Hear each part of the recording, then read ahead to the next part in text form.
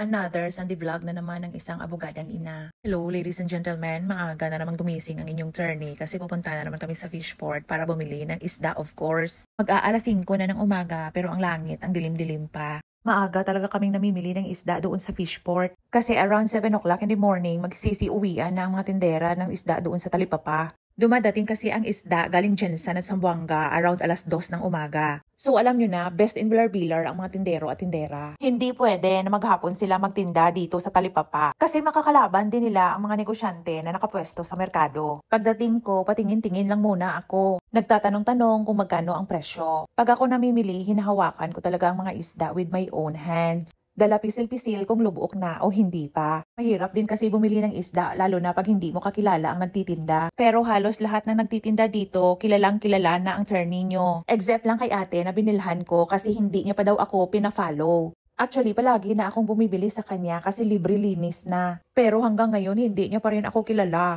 Pag nakita mo tong video ko, dapat i-follow mo na ako kasi pag hindi pa, next time hindi na ako bibili sa'yo. Naghahanap ako ng bangus na pangdaing at ito may nakita ako. Syempre, pinisil-pisil ko muna. Masarap tong baby bangus pandaing kasi kahit matinik, hindi masyadong masakit. Basta crispy lang ang pagkaprito, solve na ang ulam mo. Medyo marami ng isda ang nabili ko kaya ayan, uuwi na ako. But before heading home, bibili muna ako nitong ibos na paborito ng mga pabo. Tikaw, tikaw, tikaw! Kita nyo yung bulkan na yan? That is Mount Muswan, also known as Mount Kalayo. Pagdating namin sa bahay, diretso kaagad ako dito sa bakanting lote ng aming kapitbahay. As usual, mangunguha na naman ako ng aming all-time favorite na talbos ng kamote. Once lumalabas ako ng bahay, ang aso ko palaging nakabantay. Abunda na naman ang talbos ng kamote, te. Kasi ako lang naman ang nangunguha dito palagi. Minsan lang to binibisita ng may-ari ang lupa dito.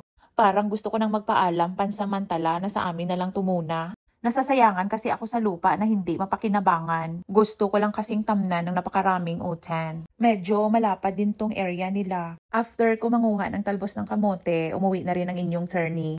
Napaka-beautiful naman ang bombels ko, parang kasing ganda ko, pati nga itong malunggay namin ang taba-taba oh. Syempre, saan pa ba magmamana? By the way, maaga akong magluluto ng breakfast namin ngayon kasi aalis si Sugar Daddy. Piprituhin ko tong talong na nangungunot na kulang sa plancha. Pero in fairness, matigas ha. Sayang man kung itapon na lang, anyway, mapakinabangan pa naman. Pero bakit nga ba masarap talaga ang talong ulamin, ano? Anong klaseng luto ba ng talong ang gusto nyo na nasasarapan kayo? Ang talong pala na matigas tapos makinis sa labas, ang sa loob niyan inuuod na. Napansin nyo rin ba? Meron din talong na tumitigas tapos hindi makinis sa labas. Anyways, magluluto na ako. Ang dami ko pang sinasabi ah. Tingnan nyo tong non-stick pa namin o laspag na. Paano ba naman kasi ginagamitan ng metal spatula? Gusto ko talaga ng mga cookware na pang long lasting. Ayoko ng mga pipitsugin. Siyempre, ambisyosa tayo do. Kailangan mahal ang lutuan kahit ang ulam bulad lang. Itong lutuan na mura, pag nakikiskis ng spatula, nakikiskis din yung teflon niya. Unang naluto, itlog. Next in line, ang talong na matigas pero hindi makinis sa labas. Pag ako nagpiprito, dapat una nakakulob. Ito ang mamahali na lutuan. Pag kumukulo, tumutunog yan. Binili ko to I think 10 years ago. Sa Sorala pa ako. Todo kayod pa ako sa pagbebenta ng mangga noon sa Lake Cebu para lang may pangbayad ako sa lutuan na to. Sa mga suki ko ng mangga, ako ba'y kilala nyo pa? Medyo pangit pa ako noon, pero maganda na ngayon. Losyang mama talaga ako noon ha, pero ngayon napakaganda na. Ang motoo, bibigyan ko ng pamasko. Naluto na pala ang talbos ng kamote at talong kaya magsasangag na ako ng bahaw. Pinakabol ko na rin tong chicken hotdog para sa aking little girl. Masarap tong garlic rice sa ulam na niluto ko. Matutuis na naman ang bahaw na to. Mabuhay kayo hanggat sa gusto nyo. Para ang sinangag masarap, tak-tak-tak, lagyan ng magic sarap. Itong tuyo, iniiwasan ko kasi ito ang nagiging hinungda ng pagtaba ko. Napaparami kasi ako ng kain pag tuyo ang ulam namin. Nang maluto ang sinangag, naghain na kaagad ako kasi nagmamadali na si SD. Aalis na daw siya ng 7:30.